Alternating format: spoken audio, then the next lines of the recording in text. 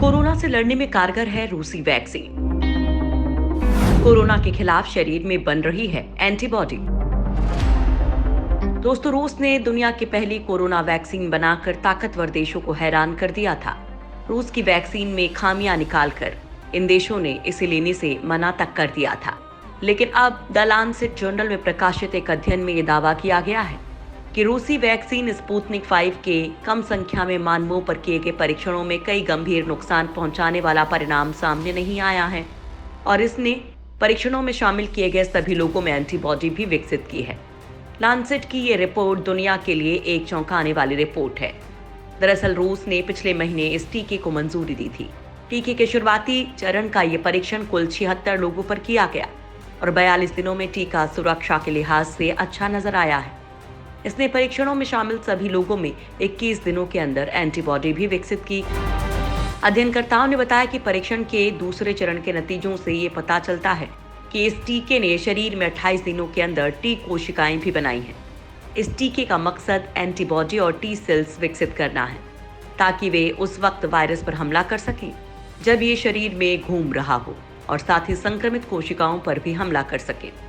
रूस स्थित महामारी और सूक्ष्म जीव विज्ञान गामलिया राष्ट्रीय अनुसंधान केंद्र के वैज्ञानिक और अध्ययन के प्रमुख लेखक डेनिस लोगुनोव का कहना है कि जब एंटीवायरस टीका शरीर में प्रवेश करता है तो वो कोरोना वायरस को खत्म करने वाले हमलावर प्रोटीन पैदा करता है। दरअसल 2 हिस्से वाले टीके में रिकॉम्बिनेंट ह्यूमन एडेनोवायरस टाइप 26 और रिकॉम्बिनेंट ह्यूमन एडेनोवायरस टाइप 5 शामिल हैं। अध्ययनकर्ताओं के मुताबिक एडेनोवायरस के चलते आमतौर पर जुकाम होता है। टीके में इसे भी कमजोर कर दिया गया है ताकि वे मानव कोशिकाओं में प्रतिकृति न बना पाएं और रोग पैदा नहीं कर सकें। ये परीक्षण रूस के 2 अस्पतालों में किए गए थे। परीक्षणों में 18 से 60 साल की उम्र के स्वस्थ व्यक्तियों को शामिल किया गया था। परीक्षण के नतीजों पर टिप्पणी करते हुए John Hopkins Bloomberg school of public health America के नोर बारजीव ने कहा कि परीक्षण के नतीजे उत्साहजनक हैं, लेकिन ये छोटे पैमाने पर किए गए। अध्ययन के लेखकों ने कहा कि अलग अलग आबादी समूहों में टीके की कारगरता का पता लगाने के लिए और अधिक अध्ययन के लिए जाने की जरूरत है। रूसी अनुसंधान केंद्र के प्रोफेसर अलेक्जेंडर गिन्सबर्ग की माने तो टीके के तीसरे चरण के परीक्षण की 26 अगस्त को मंजूरी मिली है। इसमें 40,000 वॉलंटियर्स को शामिल किए जाने की योजना है। रूस ने पिछले महीने इस टीके को मंजूरी दी थी, जिसके बाद दुनिया भर खासकर पश्चिम में इसे लेकर सवाल किए गए थे।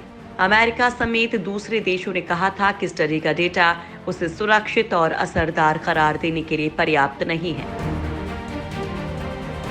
भारत में वैक्सीन तैयार करने में रूस करेगा मदद।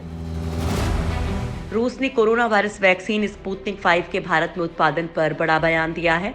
रूस ने कहा है कि भारत में वैक्सीन तैयार करने में रूस मदद करेगा और इस पर बात चल रही है। रशियन डायरेक्ट इन्वेस्टमेंट फंड के सीईओ डॉक्टर किरिल दिमित्रीव ने कहा कि भारत की क्षमता को हम पहचानते हैं। भारत में न केवल अपने देश के लिए बल्कि दूसरे देशों के लिए भी वैक्सीन बनाने की क्षमता है। रूस ने वैक्सीन प्रोडक्शन के लिए भारत की तारीफ की है।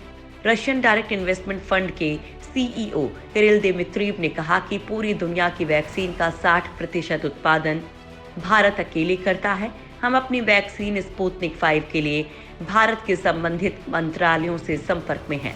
साथ ही उन्होंने कहा कि हम वैक्सीन प्रोडक्शन में सपोर्ट के लिए भारत की क्षमताओं को समझते हैं। भारत वैक्सीन का निर्माण न सिर्फ अपने देश के लिए बल्कि अन्य देशों के लिए भी कर सकता है। हम भारत की कुछ कंपनियों के साथ निश्चित समझौतों तक पहुंच गए हैं। वहीं रूस दौरे पर पहुंचे भारत के रक्षा मंत्री राजनाथ सिंह ने भी कोरोना वायरस संक्रमण को फैलने से रोकने में सफलता पाने के लिए रूस की सरकार और वहां की जनता को बधाई दी है।